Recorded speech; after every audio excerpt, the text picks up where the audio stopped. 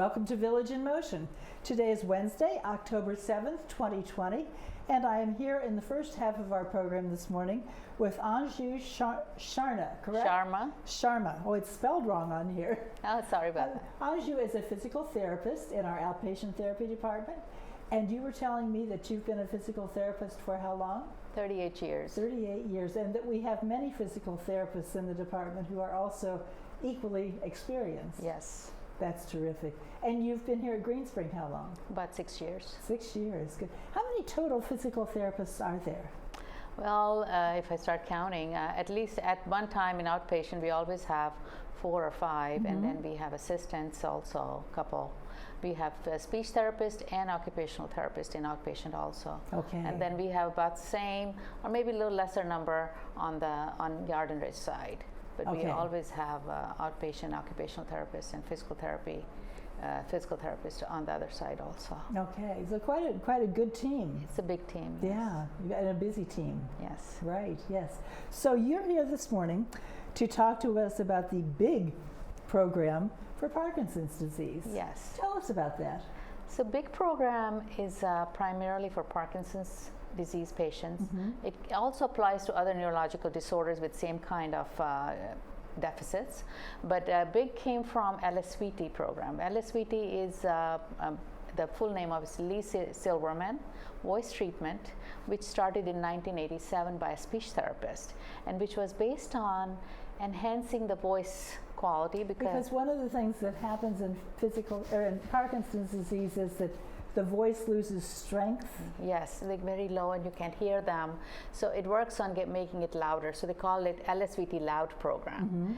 And then a few years later they came up with BIG, which was kind of based on the same principle. And it's a research-based program, but it works on limbs, or movement of the limbs. Okay. And the PTs and occupational therapists are the ones who conduct it, and it's based. It helps in exaggerating limb movements, because that's another thing with. So that's why it's called BIG. BIG. Because it's exaggerating what you're doing with your limbs. Exactly.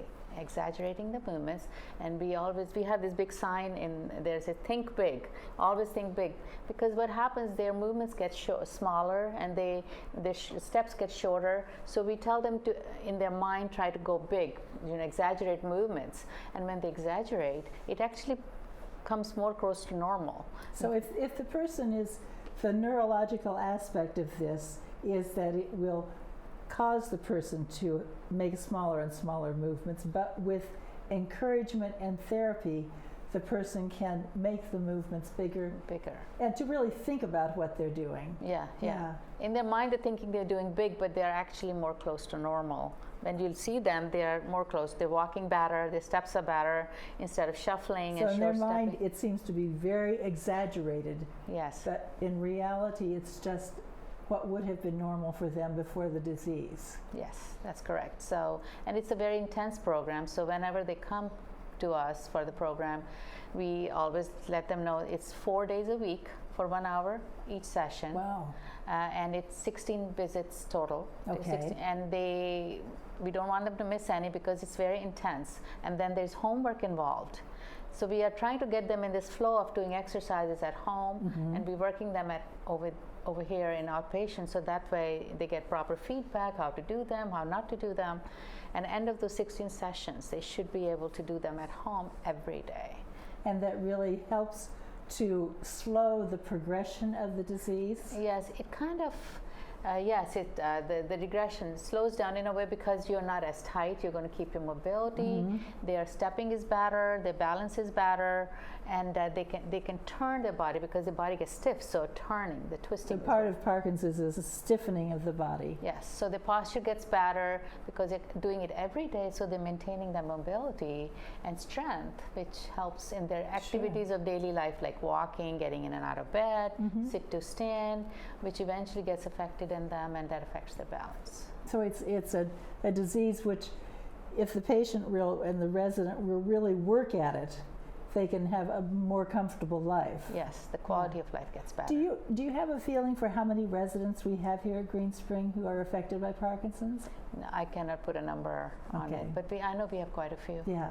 And I know we have a very active Parkinson's support group. Yes, we do. Yes, so I'm sure that you all are in close touch with that to meet people and encourage people. Yes, we do. Is there difficulty for some people that don't want to admit that they have this disease until it becomes something that they can't hide anymore? I'll put it that way. I think a lot of people initially, I think there's a little bit of denial in most everybody, but I have seen over here, especially our residents are very aware of it. When they come, they know a lot. Good. And they're very perceptive, and they try to do everything they can.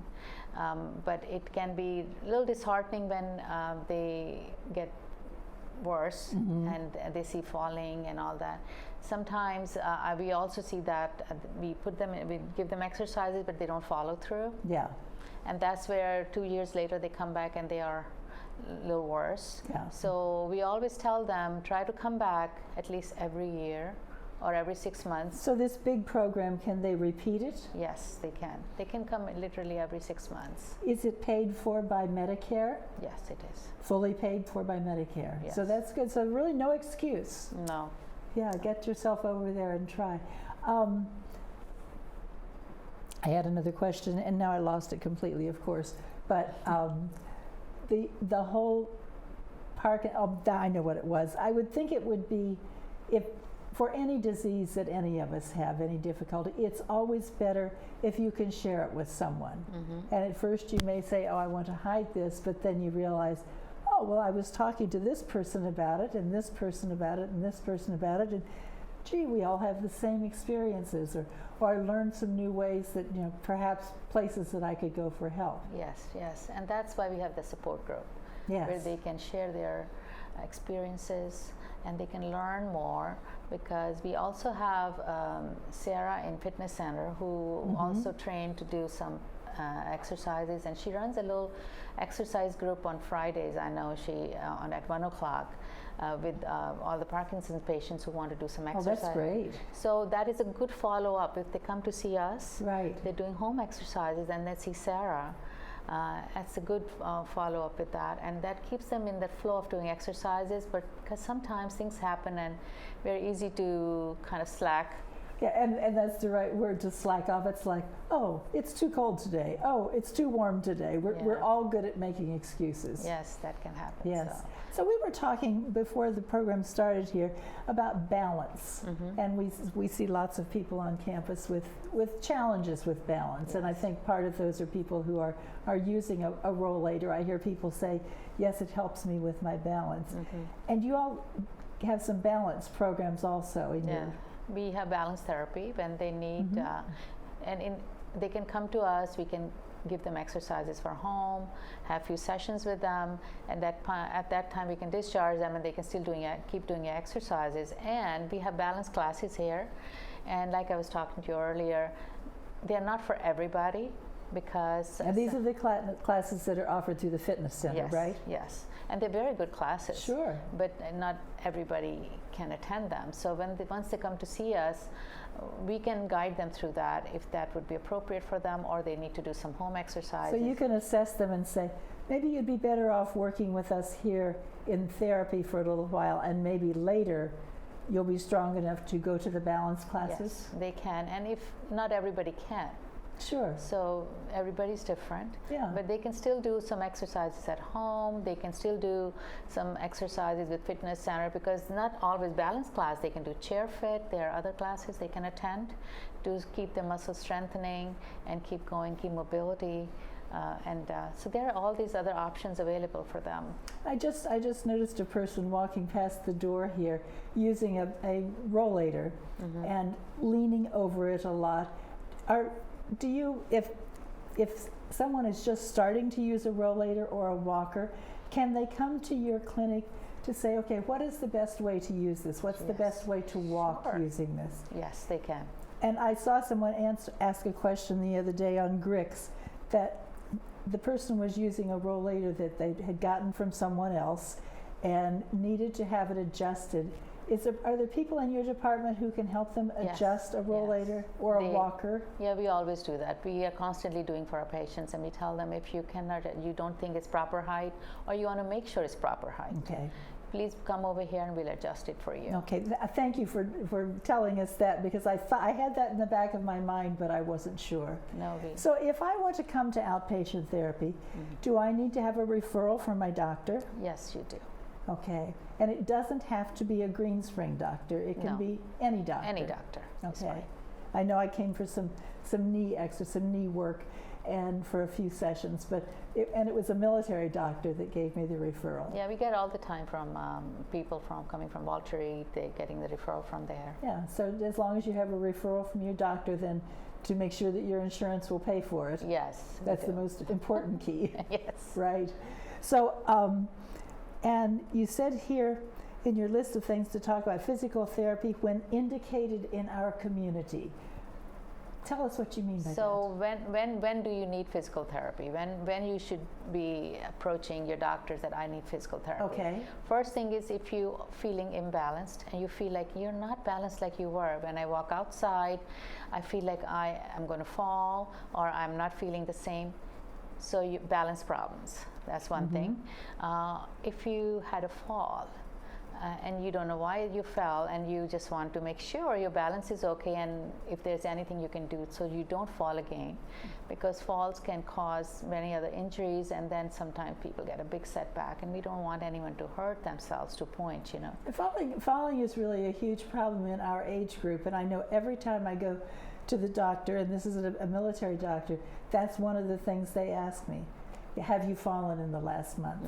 It's a very important criteria to go by. So balance is really the key as we age, to make sure we're moving.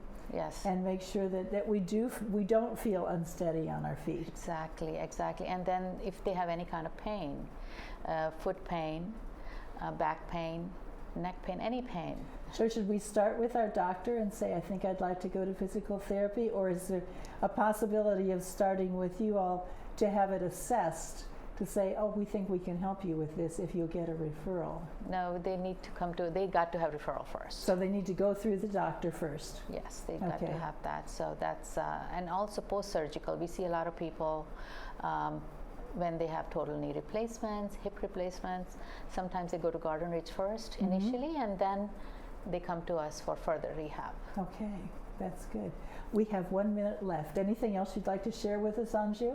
I just want to share that we just are here. I've been here for 6 years, and I just love working here. People are very perceptive, and they're very aware of their physical being, and they take care of themselves. So I would say in general, everybody who comes here and comes to see us, it's our pleasure to work with them. It's just so beautiful. We are certainly glad that you all are there, because I always hear good things about your department, and in my experience also was wonderful that you're here to help us and keep us moving and keep us feeling good.